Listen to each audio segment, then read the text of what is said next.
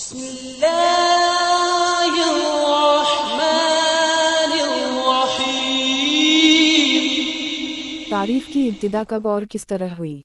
علامہ بدرالدین عینی فرماتا ہیں کہ جب زمین پر انسان کی آبادی وسیع ہونے لگی تو تعریف کی ضرورت محسوس ہوئی۔ اس وقت حضرت آدم علیہ السلام سے تاریخ شمار کی جانے لگی، پھر طوفان نوح علیہ السلام سے اس کی ابتدا ہوئی، پھر نار خلیل سے، پھر یوسف علیہ السلام کے مصر میں وزیر بننے سے، پھر موسیٰ علیہ السلام کے خروج مصر سے، پھر حضرت داؤد سے، ان کے فوراً بعد سلیمان علیہ السلام سے، پھر حضرت عیسیٰ علیہ السلام سے۔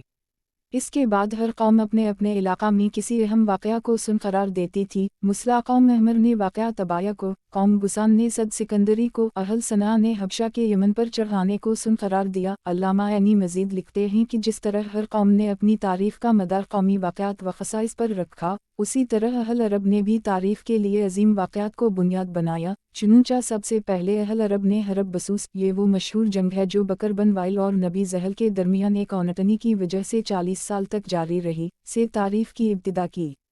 اس کے بعد جنگ داہست جو محض گھر دوڑ میں ایک گھوڑا کے آگے نکل جانے پر بنی عبس اور بنی زبیان کے درمیان نصف صدی تک جاری رہی، اور ان دونوں جنگوں کی تفصیل کے لیے ملاحظہ حولقد الفرید جیم 374 وابن نصیر 384 فرجنگ گبرا سے، پھر جنگ ذیقار سے، پھر جنگ فجار سے تعریف کی ابتدا کی۔ اس کے بعد حضور صلی اللہ علیہ وسلم کے اسلاف میں سے ایک بزرگ کب کے کسی واقعہ سے سالوں اور تاریخ کا حساب لگاتے رہے، پھر اصحاب الفیل کے واقعہ سے، یہاں تک کہ عام الفیل کی اصطلاح ان کے یہاں رائج ہوئی۔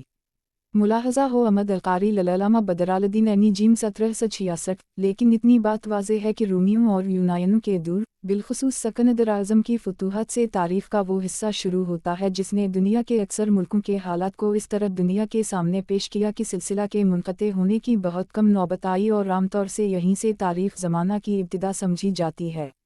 اسلامی تعریف ہجری کی ابتدا۔ حضور صلی اللہ علیہ وسلم 27 صفر المظفر کو مکہ سے ہجرت کر کے غار سور میں مقیم ہوئے۔ یکم ربیع الاول کو غار سور سے آپ صلی اللہ علیہ وسلم اور صدیق اکبر روانہ ہوئے۔ 8 ربیع الاول کو قبا پہنچے اور 12 ربیع الاول کو بروز جمعہ المبارک مطابق ستمبر 27 622 حمزہ مدینہ منورہ پہنچا۔ چونکہ ہجری سال کا آغاز ربیع الاول سے ہوتا تھا، اس لیے صحابہ کرام ربیع الاول سے حساب رکھتے تھے، لیکن صحابہ کرام ایک ماہ اور 2 مہینے کے فصل سے تاریخ متعین کرتے تھے۔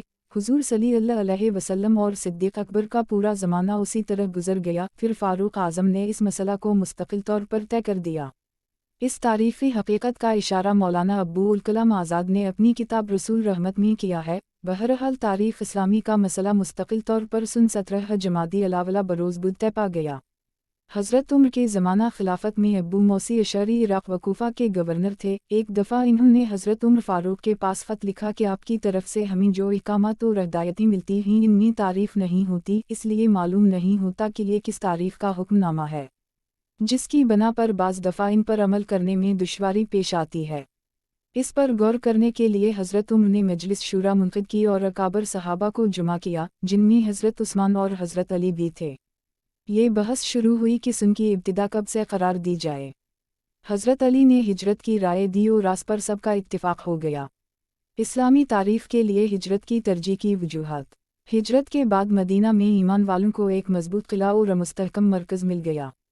مسلمانوں کو آزادی سے عبادت کرنے اور حضور صلی اللہ علیہ وسلم کے پاس آنے جانے کے مواقع مل گئے۔ اہل اسلام نسبتاً چین سے زندگی گزارنے لگے۔ اسلامی طرز معاشرت کے خدوخال نمایاں ہوئے۔ اسلام کے اقتصادی و معاشی پروگراموں کے لیے عملی راہ ہموار ہو گئی۔ تعلیمات اسلام کی نشر و اشاعت کے لیے پاکیزہ ماحول مہیا ہوا۔ ایک اسلامی حکومت قائم ہوئی جس کے سربراہ حضور صلی اللہ علیہ وسلم تھے۔ اسلام کی اسی ظاہری اور باطنی شان و شوکت کے پیش نظر ہجرت کی تاریخ سے اسلامی تقویم کا آغاز کیا گیا۔ اسلامی سن کا آغاز محرم الحرام سے کیوں ہوا؟ اس کے بعد مہینے کے بارے میں مشورہ ہوا۔ حضرت عبداللہ الرحمن بن عوف نے رجب المرجب کی رائے دی کیونکہ یہ اول شہر الحرام ہے۔ حضرت طلحہ نے رمضان المبارک کی رائے دی۔ بعض حضرات نے ربیع الاول کی رائے دی۔ حضرت عثمان اور حضرت علی نے محرم الحرام کی رائے دی۔ اس کو فاروق اعظم نے پسند فرمایا۔